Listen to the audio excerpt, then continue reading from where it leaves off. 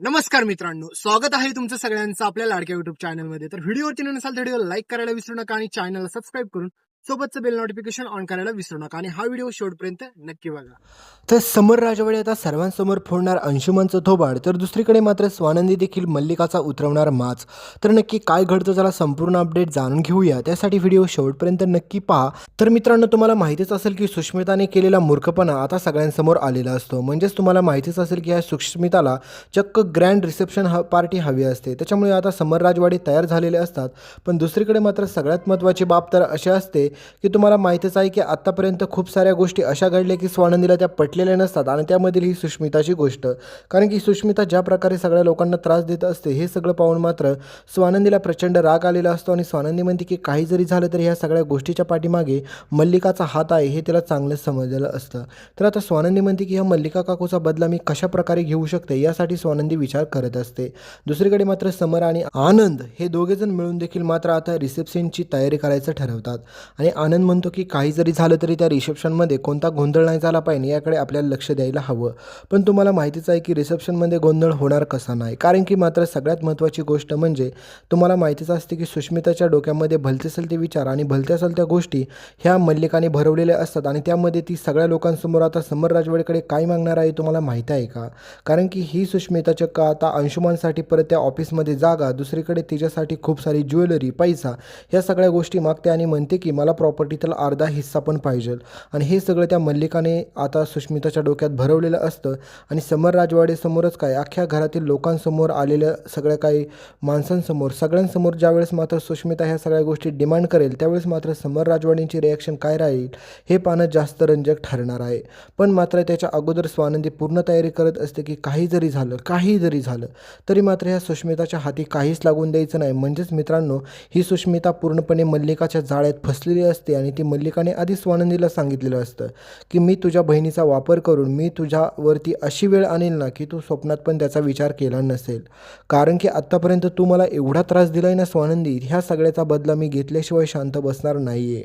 त्याच्यामुळे आता स्वानंदीला देखील कळालेलं असतं की काही जरी झालं तरी मला असं काहीतरी केलं पाहिजे की त्यामधून ह्या सुशला अक्कल आली पाहिजे आणि तिने लवकरात लवकर त्या मल्लिकाची आणि अंशुमानची साथ सोडली पाहिजे.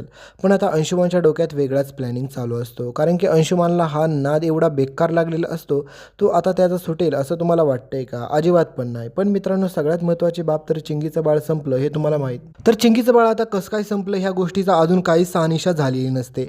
म्हणजेच तुम्हाला सगळ्यात महत्त्वाची बाब तर ही माहीत असेल की आता ज्या प्रकारे हा अंशुमान वागतोय, ह्या अंशुमानने केलेल्या चुका सगळ्या काही पर्दाफाश केलेला नाहीच. कोणत्याच चुकीमध्ये अंशुमानला शिक्षाच झालेली नाही.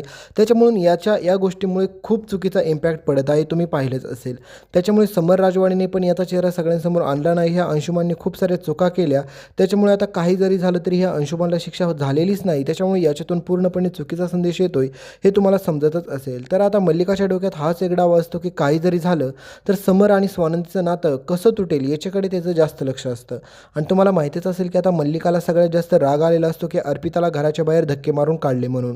त्याच्यामुळे काही जरी झालं तरी तुम्हाला सगळ्यात महत्त्वाची बाब तर हीच आहे की अर्पिताला घराच्या बाहेर काढलं कसं काय. त्याच प्रकारे मात्र आता तुम्हाला माहितीच आहे की स्वानंदीचा बदला घ्यायचा म्हणून ही मल्लिका पूर्णपणे डाव लढायचं ठरवते आणि म्हणते की मी स्वानंदीला अशी अद्दल घडवेल ना की स्वानंदीने स्वप्नात पण विचार केला नसेल. दुसरीकडे तिची ती महामूर्ख बहीण, तिला तर काहीच काडीची अक्कल नाही असं मल्लिकाला वाटत असतं. आणि मित्रांनो, मी तुम्हाला आधीच बोललो होतं की ह्या सुष्मिताला जोपर्यंत अक्कल येणार नाही तोपर्यंत ती सुधारणार नाही. आणि पुढे कहाणी सगळ्यात भयंकर गोष्ट अशी घडते की ह्या सुष्मिताला काडीची अक्कल नसते, पण तिला कळतं की अंशुमानचं तिच्यावरती आता प्रेमच नाही.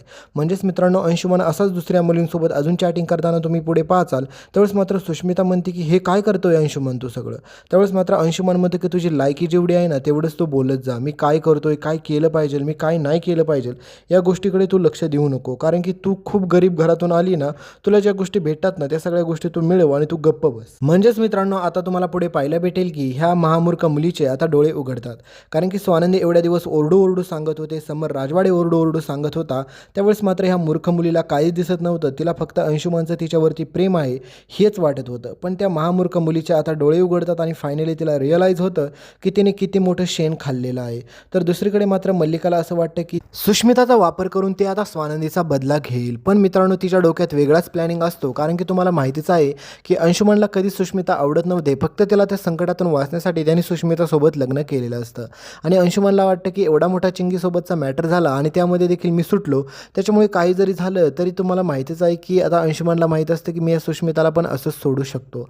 पण स्वानंदीच्या डोक्यामध्ये बिचाऱ्या वेगळेच विचार चाललेले असतात की स्वानंदीला असं वाटत असतं की ह्या अंशुमनने आता ज्या प्रकारे चिंगीला फसवलं त्याच प्रकारे जर मात्र आता सोबतच माझ्या बहिणीला फसवलं तर काय होईल. कारण की मित्रांनो तुम्हाला माहितीच आहे की अंशुमनने आत्तापर्यंत एवढ्या चुका केल्या की त्याला कधीच शिक्षा झाली नाही. त्याच्यामुळे मात्र समर, राजवाडे, स्वानंदी ह्या सगळ्यांना खूप वाईट वाटत असतं.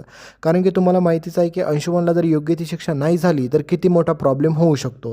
त्याच्यामुळे लवकरात लवकर अंशुमनला शिक्षा झालेली दाखवलं पाहिजे, नाहीतर याच्यातून खूप चुकीचा संदेश जातो हे तुम्हाला समजत असेल. तर मित्रांनो कहाणीमध्ये प्लॉट ट्विस्ट तर आता तेव्हा येतो कारण दुसरीकडे महामूर्ख मंदाकिनी आणि आपल्या अधीरामध्ये सारखं भांडण चालूच असतं. तर आता ह्या मंदाकिनीला महामूर्ख बोलण्यापाठीमागे एकच रिझन आहे मित्रांनो, कारण की मंदाकिनीला सगळी लोकं समजावून सांगत होती की तो अंशुमन चांगला मुलगा नाही, सुष्मिताचं त्याच्यासोबत लग्न का लावलं, त्यांचं लग्न लवकरात लवकर मोडलं पाहिजे. पण ही मंदाकिनी म्हणते की माझ्या मुलीला वैभव, पैसा, श्रीमंत सगळ्या गोष्टी भेटल्यात, त्याच्यामुळे त्यांच्या संसारामध्ये ढवळाढवळ करायला कोणीच जाऊ नका. तर तुम्हाला माहितीच आहे की स्वानंदीला हे समजलेलं असतं की तिची आई, तिची बहीण सगळे काय मात्र आता मल्लिकाच्या खिशात आहेत आणि तिच्या मुठीत देखील आहेत. त्याच्यामुळे ते आता अंशुमनचा आणि सोबतच मात्र सुष्मिताचं लग्न किती दिवस टिकून देईल या गोष्टीवरती मात्र स्वानंदीला देखील डाऊट असतोच. कारण की आता तिला काही जरी झालं तरी मल्लिकाच्या डोक्यात एकच डाव असतो की स्वानंदीमुळे आत्तापर्यंत आपल्याला जेवढा त्रास झाला त्याच्यापेक्षा 5 पटीने जास्त आपल्याला तिला त्रास द्यायचा आहे. त्याच्यानंतर काही जरी झालं तरी आपण स्वानंदीला सोडायचं नाही, एवढे एकच गोष्ट डोक्यात असते. तर पुढे तुम्ही पाहताल की ग्रँड रिसेप्शनची पार्टी देखील होते. त्या पार्टीमध्ये खूप सारा राडा पण होतो आणि ही महामूर्ख सुष्मिता आता मल्लिकाचं ऐकून त्या ठिकाणी राडा देखील करायला जाते आणि सगळ्या लोकांना ओरडू सांगते आणि म्हणते की मी मी मी आता ह्या घरातील खरी डॉटर अँड लॉ आहे. कारण की त्या सुष्मिताला असं काय काय झालेलं असतं की तुम्हाला सांगायलाच नको. कारण की ती सुष्मिता एवढी बालिशसारखी वागते तुम्हाला माहीतच असेल.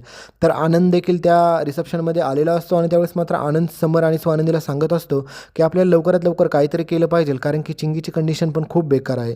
कारण की तुम्हाला माहितीच असतं की चिंगीचं बाळ गेलं आणि चिंगीचं बाळ जाण्यापाठीमागे नेमकं कोण आहे हे पण शोधून काढलेलं नसतं. त्याच्यामुळे खूप साऱ्या अशा गोष्टी आहेत की त्यामधून अंशुमनला शिक्षा होऊ शकते, दुसरीकडे मात्र ह्या मल्लिकाला शिक्षा होऊ शकते.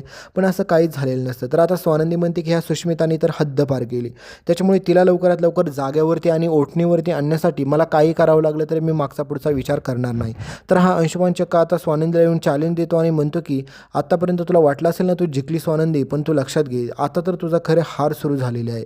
कारण की तुझ्याच बहिणीचा वापर करून आम्ही नाही तुझा बदला घेतला तर नावाचा देखील मी अंशुमन नाही. तर अंशुमनच्या कानाखाली स्वानंदी फोडते थोबाड त्याचं आणि त्याला एकच गोष्ट सांगते की तू माझ्या बहिणीपासून लांब राहा, कारण की मला तुझी चाल काय आहे ना ते सगळी समजलेली आहे. त्याच्यामुळे एक गोष्ट लक्षात ठेव की राजवाड्यांसमोर जर तुझा चेहरा खरा आला एकदा तर त्याच्यानंतर तुला कोणीच वाचवणार नाही. तुला धक्के मारून ह्या घराच्या बाहेर काढल्याशिवाय मी शांत बसणार नाही.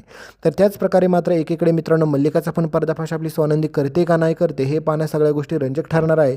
त्याच्यामुळे भेटूया पुढच्या अपडेटमध्ये. तोपर्यंत व्हिडिओला लाईक करा, चॅनलला सबस्क्राईब करायला तर बिलकुल पण विसरू नका आणि सोबतचं बेल नोटिफिकेशन तर ऑन कराच.